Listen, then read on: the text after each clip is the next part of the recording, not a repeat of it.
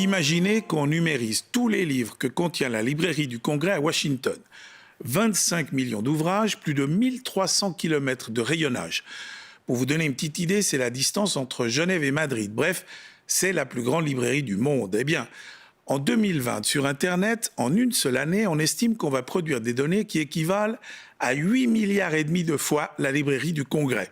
En rayonnage de bouquins, c'est la distance parcourue par la Terre autour du Soleil pendant très exactement 11 767 ans. Autant vous dire que lorsqu'on surfe sur le web, on produit une quantité incroyable de données. Et ces données, elles intéressent beaucoup de monde. Les publicitaires, les industriels, les vendeurs de tout calibre et même les hommes politiques. Pour un bon entendeur, Linda Bourget et Jean-Marc Chevillard ont demandé à une humoriste et à une conseillère nationale de nous permettre de nous plonger dans leurs données personnelles. Et c'est fascinant. Petite précision, tous les reportages que vous allez voir ce soir ont été réalisés juste avant la crise sanitaire.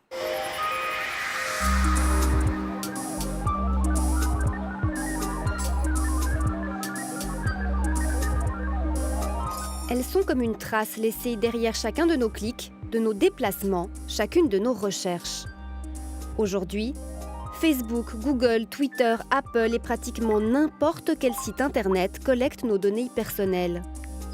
Des micro-informations qui définissent notre comportement et façonnent un double numérique de chacun d'entre nous.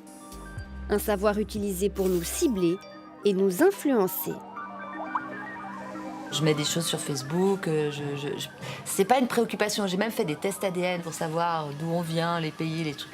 Puis on a eu des grandes discussions avec des amis assez controversées en disant mais tu te rends compte, on connaît tout de toi. Je dis alors je m'en fous en fait.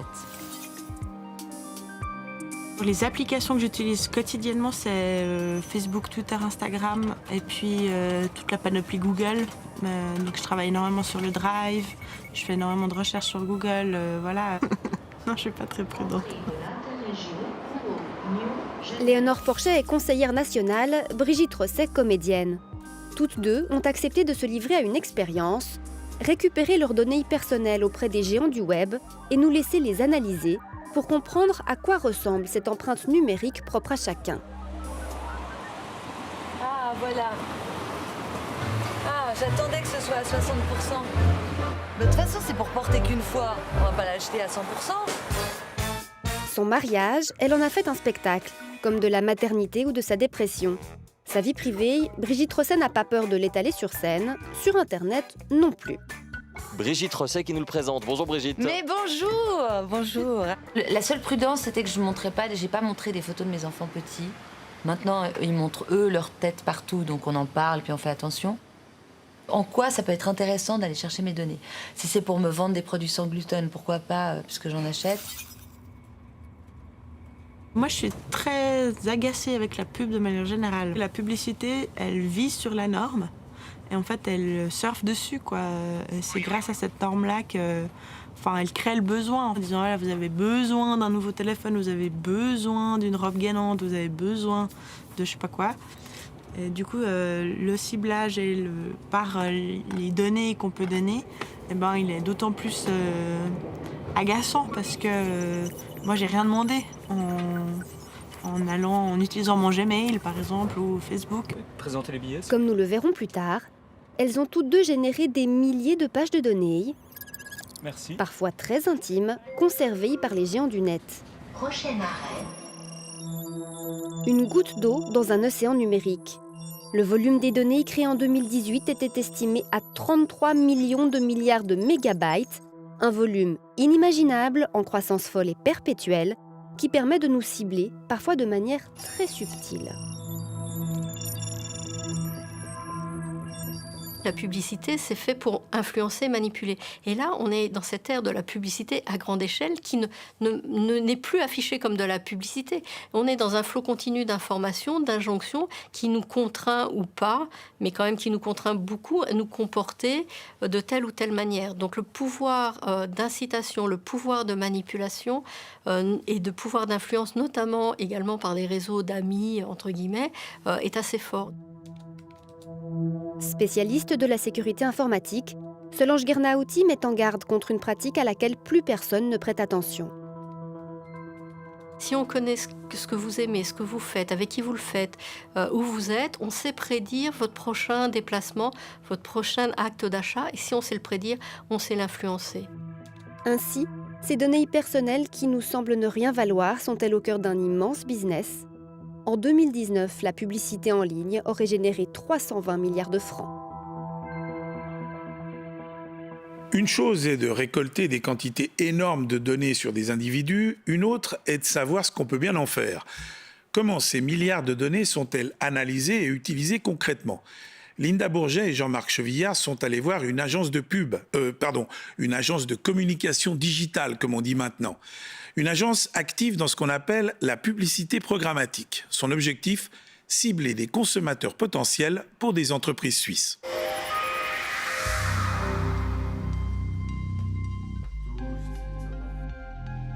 Dans cette start-up zurichoise, on utilise les données numériques pour des campagnes de publicité. Ici, on ne brasse pas des milliards, mais on s'emploie à cibler le mieux possible les consommateurs potentiels de Lufthansa, Visana ou encore de Caritas. Le principe, c'est d'analyser le profil des visiteurs qui se baladent sur le site de Swiss par exemple, puis de chercher des profils similaires sur le net et de les cibler avec de la publicité pour la compagnie aérienne.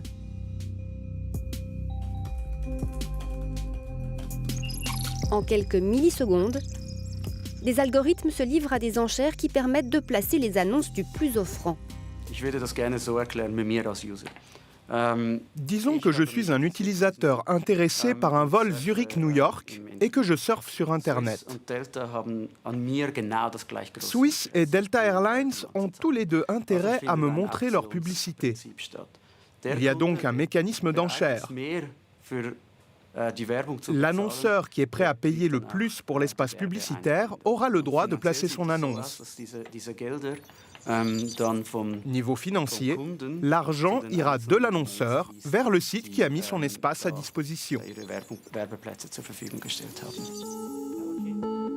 Jürgen Storp travaille dans le marketing digital depuis 25 ans.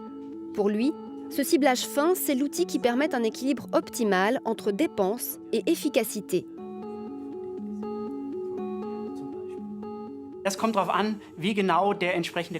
Le prix du ciblage dépend de la taille du groupe cible. Si on prend un groupe très large, par exemple les hommes de plus de 20 ans, c'est assez bon marché. Ça ne demande pas beaucoup de savoir-faire. Vous pouvez atteindre 1000 contacts pour environ 2 francs, peut-être même moins.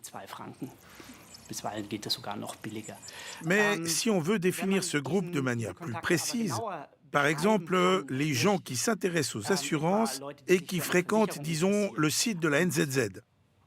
Là, ça vous coûtera jusqu'à 60 francs, voire plus, pour générer 1000 contacts.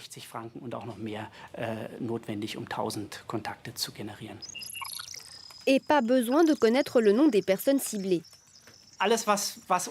La seule chose qui nous intéresse, c'est de savoir si quelqu'un va bientôt partir en vacances, s'il veut acheter une voiture ou en essayer une. Son nom, sa couleur de cheveux, ce n'est tout simplement pas pertinent. Un système qui repose sur un savoir au potentiel encore sous-exploité, la science des données. Dans le terme data science, il y a finalement data et science, donc on peut finalement le comprendre comme étant les données, data, auxquelles on applique des algorithmes, des méthodes, pour en extraire une certaine forme de connaissance. Connaissance qu'on essaiera ensuite d'exploiter pour optimiser des services, pour prendre des décisions. Une décision, par exemple, qui serait quelle publicité ciblée je vais présenter à telle personne à tel moment.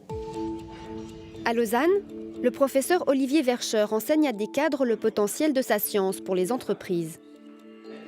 Dans la salle, des représentants de la pharma, de l'agroalimentaire ou encore de l'industrie du tabac. Tous cherchent à comprendre comment valoriser ces ressources dans leur secteur. Avec un défi, ne pas exploiter ces données au détriment des personnes concernées. Je pense qu'on est encore au tout début de l'exploitation de ces données. Si on regarde ce qu'on appelle les GAFA aujourd'hui, ou les GAFAM si on inclut Microsoft dans l'acronyme, donc les Google, les Amazon, les Facebook et les Apple, ils collectent effectivement énormément de données sur chacun des individus, sans finalement qu'on comprenne vraiment, qu'on sache non seulement exactement ce qui est collecté, mais la façon dont c'est utilisé et à qui c'est potentiellement revendu et sous quelle forme. Il est donc, je pense, important de comprendre ça et de se dire finalement, est-ce qu'il n'y aurait pas un moyen que la donnée personnelle d'un individu reste sa propriété, qu'il y ait une transparence totale sur la façon dont cette donnée est utilisée et par qui. Alors, il y a des méthodes, il y a des techniques, il y a beaucoup de gens, c'est un sujet très chaud. Nous développons des solutions dans ce sens, ou plus exactement, comment permettre une économie de la donnée, comment pouvoir exploiter le potentiel de cette donnée pour améliorer finalement le trafic, la santé, les performances d'une entreprise, comment arriver à exploiter ces données tout en préservant un maximum la vie privée des gens. Comment le faire sans avoir à partager nécessairement cette donnée.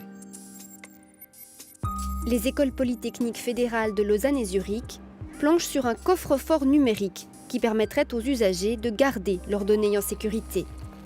À Berne, le Parlement finalise une nouvelle loi sur la protection des données, mais pour l'heure, rien n'entrave la collecte de nos informations. Revenons maintenant à Brigitte, la comédienne, et Léonore, la conseillère nationale. À quoi ça ressemble, toutes ces données récoltées sur elles ? Pour le savoir, nous avons aidé nos deux cobayes à récupérer leurs données et nous les leur avons soumises. Vous allez voir, c'est vraiment très impressionnant.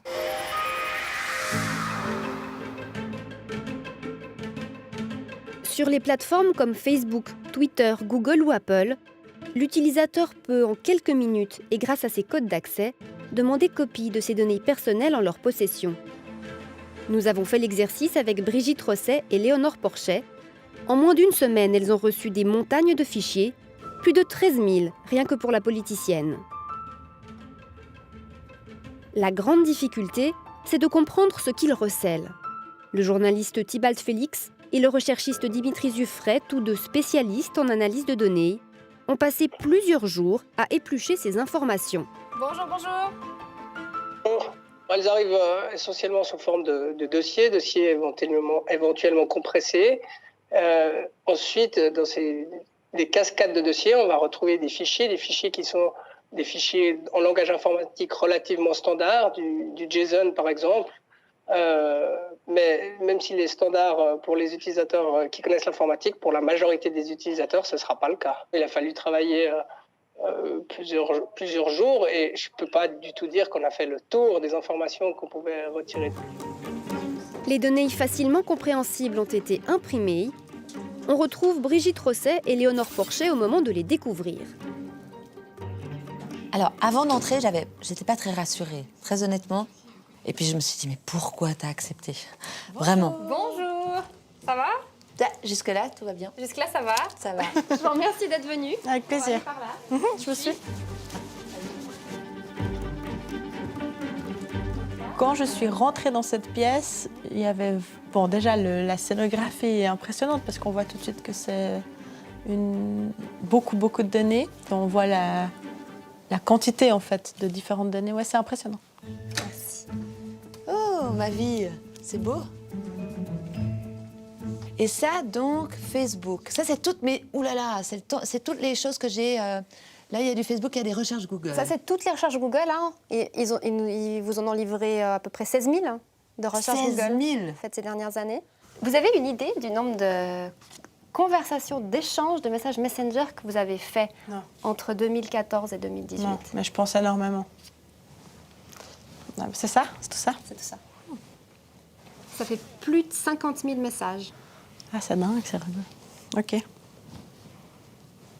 Là, les questions que je vais vous poser, elles sont basées uniquement sur les données qu'on a pu trouver dans ce qui a été récupéré avec vous ces derniers jours. Vous êtes bien Brigitte Rosset, domiciliée chemin 27 à Tonnet, 078. Ouais, quand ça commence comme ça, il faut que je me méfie après. Ça, c'est des entreprises, en fait, justement, qui vous ciblent à travers les données collectées par Facebook. Mais c'est vrai que j'ai acheté une belle chemise à chez Brava.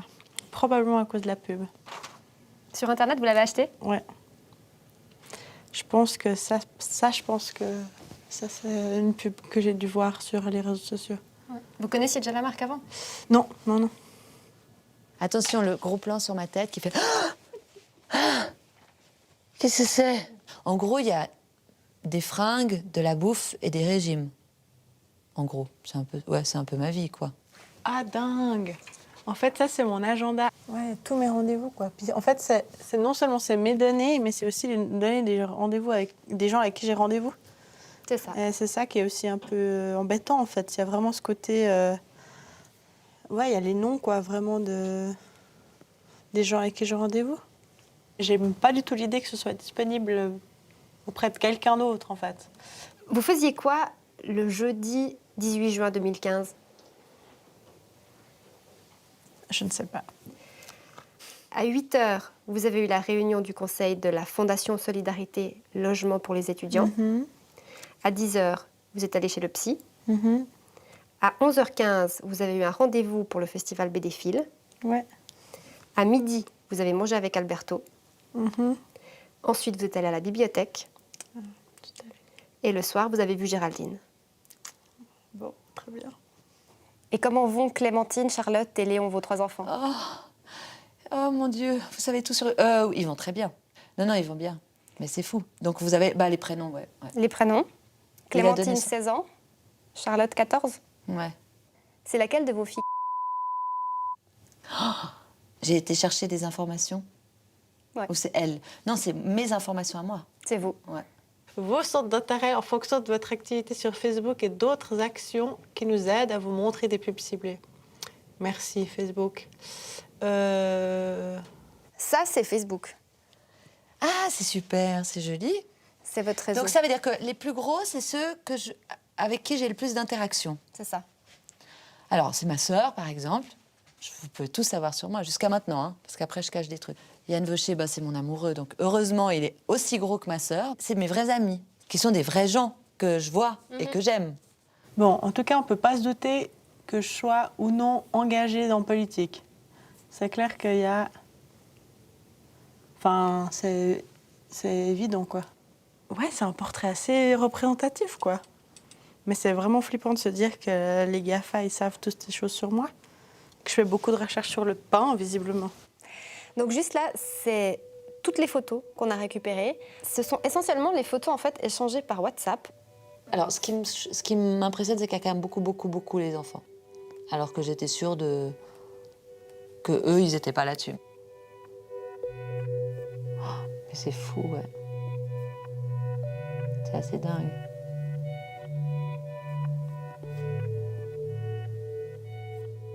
Je me suis pas sentie volée ou... J'avais un peu peur de ça ou de tout un coup me dire... Oh, alors, c'est impressionnant. Ce qui est clair, c'est que c'est impressionnant le nombre d'informations. Et puis, ce qui m'a le plus troublée, c'est, comme je vous disais, c'est le nombre d'informations, en fait, sur finalement, les enfants, encore une fois, où je dis que ils sont pas, en fait, ils y sont. Toute ma vie, elle est là-dedans, en fait. Donc, c'est à la fois une intrusion incroyable dans mon intimité, mais aussi dans celle des gens avec qui j'ai mangé, bu, eu des séances. Pour toutes ces données, c'est pas si évident de les obtenir. Il y a d'ailleurs certaines données qu'on a demandées qu'on n'a jamais obtenues pour l'instant. Visiblement, on n'a pas le droit à l'oubli numérique, et ça, je trouve assez inquiétant. Bonsoir, Linda Bourget. Bonsoir. Avec Jean-Marc Chevillard, vous avez mené cette enquête. Alors, j'ai envie de vous demander quelle impression ça fait de se plonger comme ça pendant des jours et des jours dans les données de personnes qu'on ne connaît absolument pas. En fait, c'est très perturbant. Parce que, par exemple, quand vous lisez toutes les recherches Google d'une personne, vous suivez le fil de sa pensée, vous voyez quels sont ses intérêts, ses projets, ses angoisses, et vous avez vraiment l'impression d'être dans sa tête, en fait. Et puis, au niveau des messages privés, c'est encore pire. Parce qu'il y a, par exemple, tout ce qui concerne une relation de couple, mais vraiment tout. Donc évidemment, on n'a pas parlé de ça dans le reportage parce qu'il n'y a pas d'intérêt public à le faire, mais c'est un niveau d'intimité absolu et ça montre à quel point on est mis à nu par ces géants du net.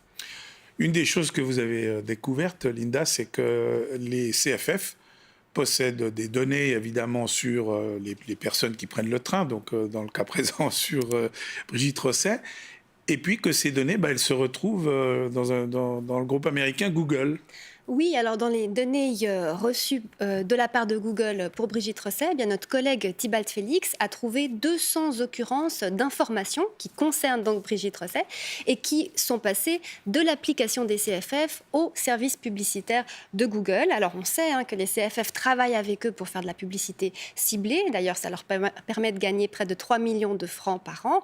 Mais les CFF affirment qu'il est impossible de remonter jusqu'à une personne en particulier. Preuve est faite que cet anonymat-là, il n'est pas garanti. Et alors, Linda, que répondent les CFF à ces critiques ? Alors, les CFF, eux, ils affirment ne pas transférer de données vers des tiers, mais ils expliquent que quand on se balade sur leur site internet ou bien sur leur application et qu'on est logué, connecté avec ces identifiants CFF, eh bien, son âge, son sexe et son lieu de résidence sont transmis à Google, à moins que la personne proactivement n'ait désactivé cette fonction. Donc, c'est à elle-même de désactiver. C'est ça, d'après les CFF, oui. Très bien.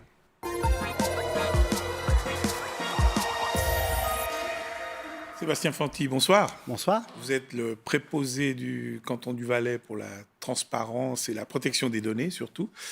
On vient d'entendre Linda Bourget, donc on a découvert dans notre enquête que les CFF repassaient les données de quelqu'un qui voyage. Si on s'inscrit sur l'application, ces données finissent chez Google. Qu'est-ce que vous en pensez ? Ça m'interpelle. Et ça m'inquiète beaucoup. Alors, c'est certes de la compétence du préposé fédéral à la protection de données de traiter de ce cas. Et d'ailleurs, les CFF ont fait l'objet d'un certain nombre d'examens. Je pense qu'il faudrait vraiment auditer cette application une fois pour toutes pour savoir quelles sont les données qui sont transmises. Donc, selon vous, c'est problématique ? À tout le moins problématique. Et si effectivement, maintenant, l'application envoie des données qui permettent de désigner le client, dont je suis, puisque je suis venu en train chez vous aujourd'hui, eh bien, c'est illégal. On va suivre ça. Maintenant, si on en arrive au fond, donc vous avez vu les quantités incroyables de données qu'on a pu réunir sur Brigitte Rosset et Léonore Porchet.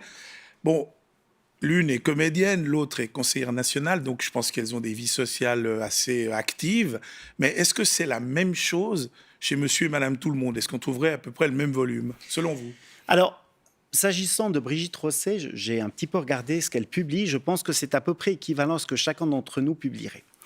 Pour une conseillère nationale qui est légalement qualifiée dans les bases de données de PEP, c'est-à-dire de personnes exposées politiquement, il y a encore toute une collecte de données dont elle ignore même l'existence qui la concerne, qui est encore beaucoup plus importante et dont elle devrait en fait tenir compte parce que ça peut influer sur des prêts bancaires qui lui sont octroyés, sur des leasings ou autres, et ça va influer sur une longue durée. Donc un citoyen lambda aura à tout le moins ces données-là auxquelles il a accès, et puis un élu devrait avoir le réflexe de demander l'accès à ces bases de données de personnes exposées politiquement, et donc il aura une quantité de données astronomique, bien supérieure à celle que vous avez pu obtenir en demandant simplement aux réseaux sociaux.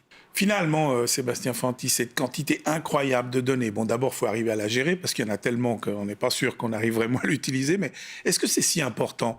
Brigitte Rosset disait, bon, si c'est pour me proposer des publicités pour des produits sans gluten, ça ne me dérange pas puisque j'en mange.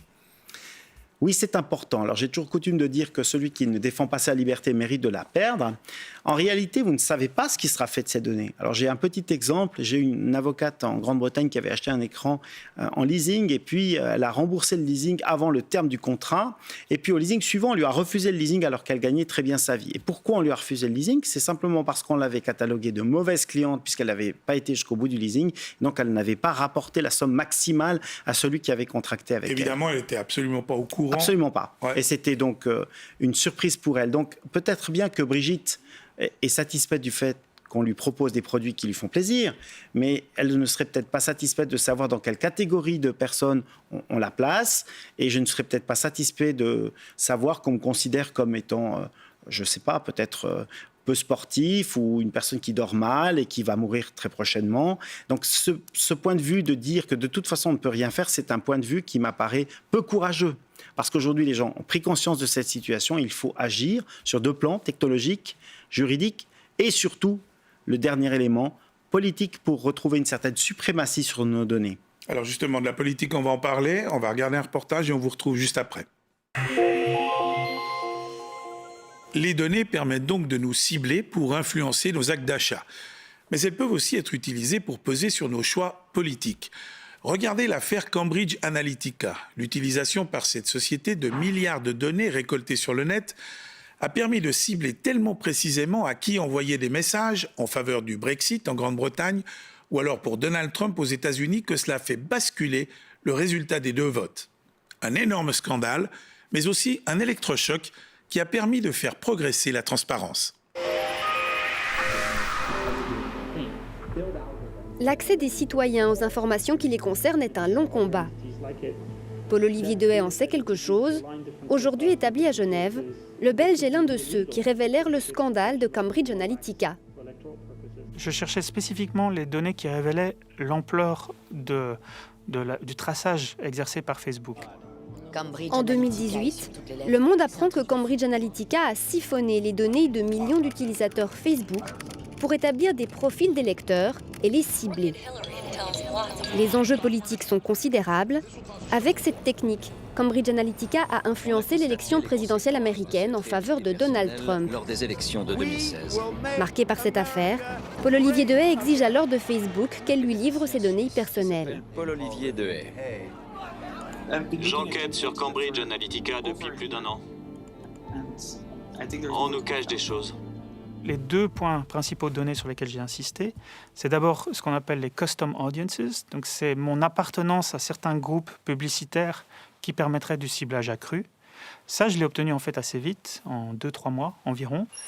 Le deuxième type de point de données que je recherchais, c'est ce qu'ils ont appelé au final off-site activity, donc mon activité en dehors du site Facebook lui-même. Donc le traçage qu'ils font via des apps, via des sites web, où il y a des mouchards qui sont intégrés en fait. Il lui faudra des années de lutte personnelle ainsi que la pression des parlements britanniques et américains pour obtenir ces informations. Monsieur le sénateur, Très bien, monsieur. Ce n'est que depuis quelques mois que Facebook fournit l'outil d'accès à ce traçage. Un pas vers la transparence, alors que l'Union européenne impose depuis 2018 un nouveau standard pour protéger les consommateurs. Et quand on parle de protection des données, évidemment tout de suite, on doit parler du fameux RGPD. Le RGPD, c'est ce règlement européen sur la protection des données qui s'applique à tous les types de données. Michel Jacquard accompagne des dizaines de sociétés dans l'application de ce règlement qui s'impose au niveau mondial. Au cœur du RGPD, d'abord, vous trouvez le renforcement des droits de la personne dont les données sont traitées. C'est toute l'idée.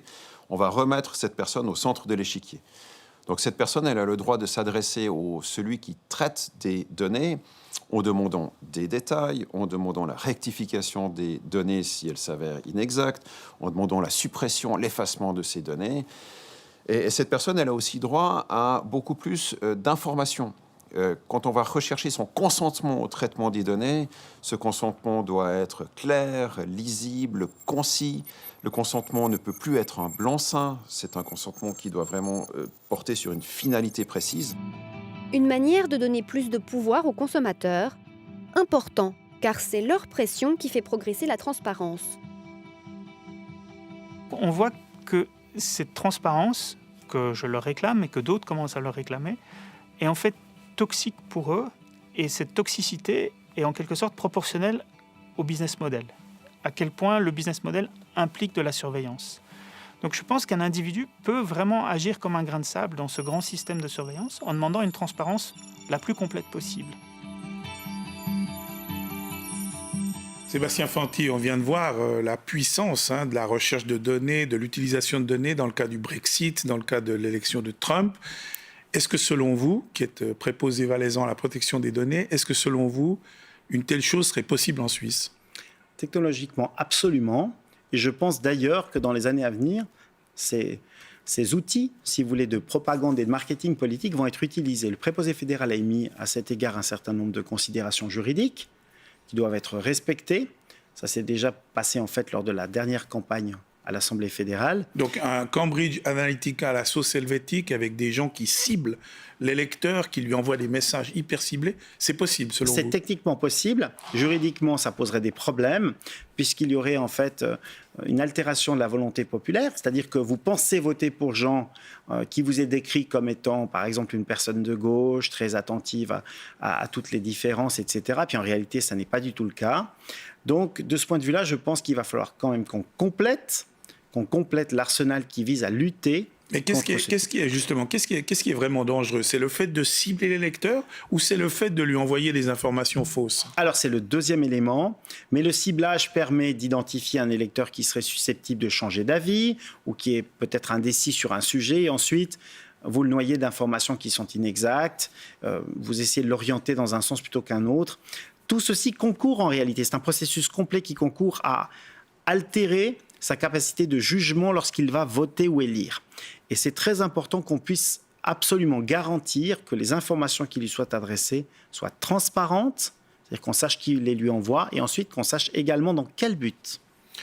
Autre chose qui est tout à fait d'actualité, on vient de lancer, la Confédération lance l'application Covid, une application que les gens, sur une base volontaire, on peut vous tracer, savoir où vous allez, on peut vous dire si vous avez rencontré des malades, si vous êtes vous-même malade. En 2 mots, est-ce que selon vous, cette application, la sécurité est suffisante? Alors, je ne peux pas répondre à cette question, je vous dirais simplement ceci.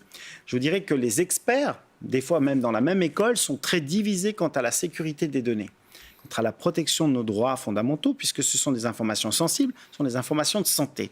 Dans un tel cas, le principe de précaution aurait dû prévaloir. On a choisi d'avancer avec cette application. Il faut savoir qu'on n'a pas fait de mise en marché public, rien du tout. On a choisi d'avancer ainsi avec les écoles polytechniques fédérales. Je ne dis pas que c'est bien ou mal, mais c'est un choix politique. Et aujourd'hui, on essaye, si vous voulez, de valider ce processus et de convaincre les Suisses d'adhérer. Mais quel est le risque, Sébastien Fanti? Pour moi, par exemple, je ne sais pas, c'est que mes données se retrouvent auprès d'une assurance maladie ou... Non, c'est que vos données soient communiquées à des tiers, et vous savez que les données de santé sont des données extrêmement prisées, notamment des pirates, qui aujourd'hui, ces données ont une valeur estimée à $80 par dossier électronique du patient sur le Darknet. Et donc, on pourrait tout à fait imaginer que ces données-là, si elles étaient mal sécurisées, permettraient, par exemple, de déterminer qu'une personne ne serait pas la bienvenue dans un pays parce qu'elle a fait un certain nombre de symptômes et puis qu'on craindrait une deuxième vague. Et puis, cette personne-là, on ne veut pas la voir arriver dans ce pays-là. D'accord. Donc, ce sont des données tellement sensibles qu'elles méritent la protection la plus élevée. Et aujourd'hui, si on ne peut pas l'assurer, il faut peut-être envisager une autre option que le traçage par le biais d'une application. Maintenant, on va parler des photos. On va regarder un reportage et puis on se retrouve encore une fois juste après. On a beaucoup parlé de comment on peut nous pister et nous influencer avec l'analyse de nos recherches sur Google ou des messages que l'on écrit. Mais sur les réseaux sociaux, on poste aussi beaucoup de photos de soi ou des autres.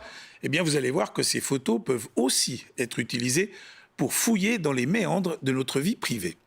Pour l'émission de Scène for Scène, nos collègues alémaniques ont tenté l'expérience avec de jeunes candidats aux dernières élections fédérales.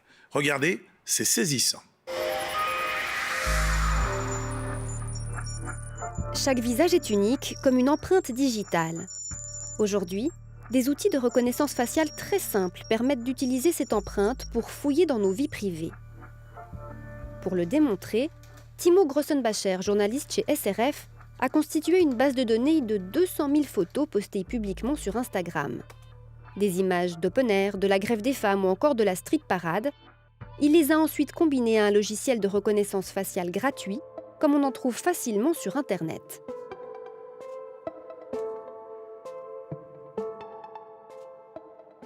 Le premier ingrédient, ce sont les photos. On peut les télécharger très facilement depuis les réseaux sociaux. Ça m'a surpris parce que je pensais que les réseaux sociaux protégeaient un peu mieux leurs utilisateurs. La deuxième chose, c'est la mise en place de la reconnaissance faciale. Pour ça, il faut quelques notions de programmation, mais pas besoin d'avoir un doctorat en intelligence artificielle. Pour réaliser son test, il sélectionne les photos officielles de candidats aux dernières élections fédérales. Il cherche ensuite si le logiciel retrouve leur visage dans d'autres situations. Un exemple. Voici la photo de campagne de la conseillère nationale Sibel Arslan. Le logiciel de reconnaissance faciale recherche son visage parmi les 200 000 photos de la base de données. Il la retrouve au milieu d'une foule. La voici identifiée sur une photo dont elle ignorait l'existence et la publication. Incroyable. Je suis dans la masse, derrière la conseillère fédérale pendant la grève des femmes. J'ai l'air très différente. Waouh. C'est effrayant. Vous êtes surprise qu'on vous reconnaisse dans la foule? Oui, clairement. Parce que l'image de référence, elle est de face. Et là, on me reconnaît dans la foule, même si je suis de profil. Exclu pour elle que la police puisse utiliser ce genre de technologie. C'est de la surveillance de masse, pendant qu'on se balade simplement. Et finalement, cela peut limiter notre liberté. Le programme de reconnaissance faciale trouve rapidement d'autres occurrences. Le vert libéral Simon Rotard, à l'Open Air de Saint-Gall. Laura Bircher, du PLR, à la Street Parade, identifiée alors que la photo remonte à 4 ans et qu'elle a des cheveux devant le visage.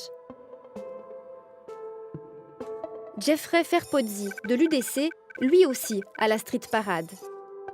Certaines de ces photos n'ont pas été postées par les politiciens eux-mêmes. Alors, que pense le vice-président des jeunes UDC zurichois de cette technologie? La photo de la Street Parade lui est-elle désagréable? Ah, c'est bien. C'est la Street Parade, hein? Ok. Ça vous étonne? Ouais, c'est surprenant. C'est surprenant au-delà du fait que j'ai une couleur de cheveux différente pour la Street Parade. Le visage change beaucoup par rapport à ma photo de campagne. C'est clair que ça pourrait être désagréable, ça pourrait avoir des conséquences. Bon, là, c'est une photo sympa de la Street Parade, mais ça pourrait être une photo où on fait quelque chose qu'on ne voudrait pas voir dans l'espace public. Ce qui ne l'empêche pas de voir la reconnaissance faciale comme une chance pour les forces de police.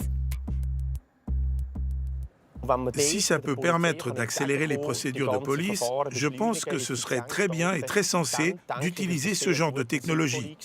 Mais il faut le faire de manière transparente. On doit avoir connaissance de ce qui se passe. Le logiciel permet également d'identifier la libérale radicale Karine Weigelt, alors qu'elle apparaît à son insu à l'arrière-plan d'une photographie. Pour cette ancienne professionnelle du volleyball, la reconnaissance faciale est avant tout une opportunité.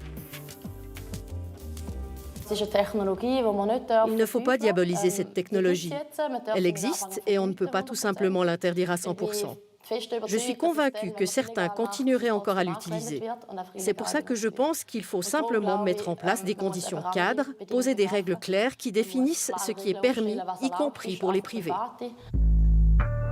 Cette base de données a été effacée au terme de la réalisation de ce reportage, mais l'enseignement demeure. Un simple logiciel de reconnaissance faciale gratuit et d'une efficacité redoutable.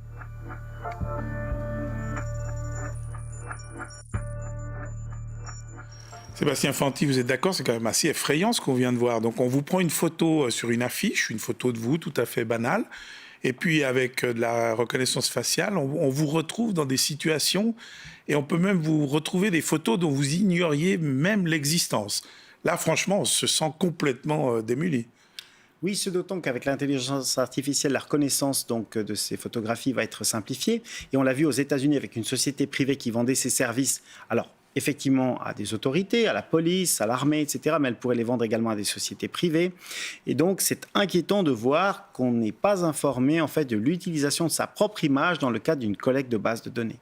Il faudrait vraiment que les sanctions dans le cadre d'une telle collecte, qui est une collecte totalement intransparente, voilà, que ces sanctions soient importantes pour dissuader les gens d'aller faire, si vous voulez, d'aller jouer à l'aspirateur de données avec les images.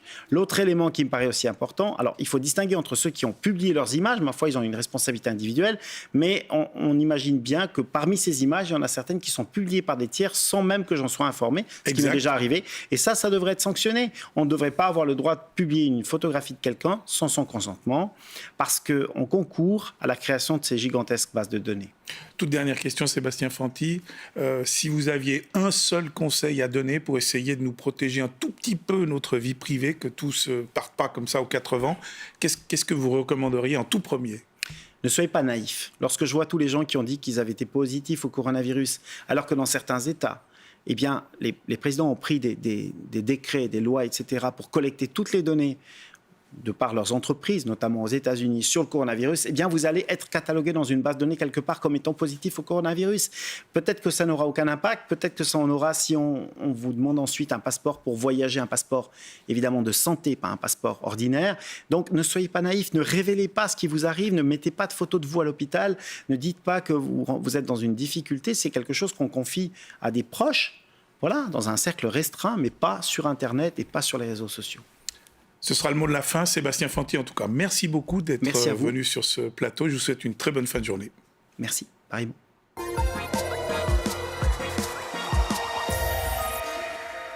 Face au nouveau Big Brother, que peut faire le citoyen ou le consommateur pour mieux maîtriser les données qu'il laisse derrière lui?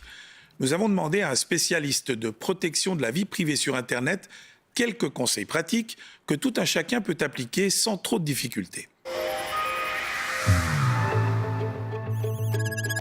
Ils sont là, sur la partie droite de l'écran, ces trackers qui enregistrent le moindre de nos clics. À chaque fois que l'utilisateur ouvre une nouvelle page, ici le site d'information 20minutes.ch, des petits triangles blancs apparaissent, symbolisant notamment les régies publicitaires par lesquelles il est observé. Pour limiter leur action, la solution c'est de bloquer la publicité. Le meilleur moyen aujourd'hui d'essayer de réduire son empreinte sur Internet, éviter d'aller se connecter partout sur ce site Internet, c'est utiliser des outils comme des bloqueurs de pub. Ça va être la première étape que l'on peut faire dans son navigateur. C'est assez simple à utiliser. Qu'on utilise Firefox, Chrome, Explorer ou Safari, le principe est de greffer cette fonctionnalité de blocage sur son navigateur de recherche par une sorte d'extension de logiciel. Donc, on peut aller effectivement voir dans les préférences de son navigateur. Et là, vous avez un certain nombre de logiciels. Ghostery est assez connu. uBlock Origin, vous regardez en fonction du nombre d'utilisateurs. Et ça permet de bloquer, en fait, d'éviter à votre navigateur d'aller se connecter sur ces sites qui sont déjà identifiés, qui sont des sites de publicité. Le deuxième moyen de limiter les traces laissées sur Internet, c'est de gérer ces paramètres de confidentialité. Lorsque vous utilisez des comptes, un compte Gmail par exemple, ou un compte Facebook, ou n'importe quel compte de réseau social que vous avez, vous devez le gérer de manière responsable et aller dans les paramètres et vous pouvez désactiver un certain nombre de fonctionnalités pour tracer les pubs. Notamment si vous avez un compte Gmail, dans les données personnalisation, vous pouvez ici désactiver la personnalisation des annonces. De la même manière, lorsque votre activité ou vos trajets, votre géolocalisation, vous pouvez désactiver le service. Pour chacun des sites sur lesquels vous vous connectez, sur les services que vous utilisez, vous devez aller dans les paramètres et essayer de voir comment signaler et dire « je n'accepte pas tel profilage ». Enfin, il existe des outils alternatifs qui aspirent peu d'informations sur les utilisateurs. La troisième étape est évidemment de choisir les bons outils, de choisir les bons navigateurs, par exemple Firefox, qui inclut des outils déjà protecteurs de votre vie privée. Au niveau des moteurs de recherche maintenant, DuckDuckGo ou Quant promettent par exemple une activité plus discrète que Google. Pour l'email, on peut choisir des sites comme ProtonMail, par exemple. Voilà. Il existe un certain nombre d'alternatives qui, aujourd'hui, vous proposent des services qui sont protecteurs de votre vie privée. Tous les détails de ces opérations et d'autres conseils sont à découvrir sur notre site abe.ch. Enfin, notez que, contrairement à ce qu'on pourrait croire, la navigation dite privée ne réduit pas les informations récoltées par les géants du net. Elle empêche simplement les autres utilisateurs de votre ordinateur de savoir quelle page vous êtes allé consulter. Linda Bourget, ce qu'on peut dire, c'est que depuis que ce nouveau règlement européen est entré en vigueur, le consommateur a quand même quelques petits trucs assez simples pour se protéger un peu de l'invasion publicitaire. Oui, alors vous avez sans doute remarqué depuis quelques mois que sur beaucoup de sites internet, il y a tout d'un coup une bannière qui s'affiche spontanément, qui propose des informations relatives à la politique de confidentialité du site, et puis une bannière qui a en général un bouton accepter et un bouton en savoir plus ou bien personnaliser mes paramètres. Qui est plus petit d'habitude. Oui, peut-être. Le bouton accepter est plus visible souvent. Peut-être, mais en tout cas, ça vaut la peine de peser sur l'autre bouton quand il existe, parce qu'en fait, en quelques clics, on peut désactiver tout un tas d'outils qui sinon permettent de vous tracer. Merci beaucoup, Linda Bourget. Bonne soirée. Merci.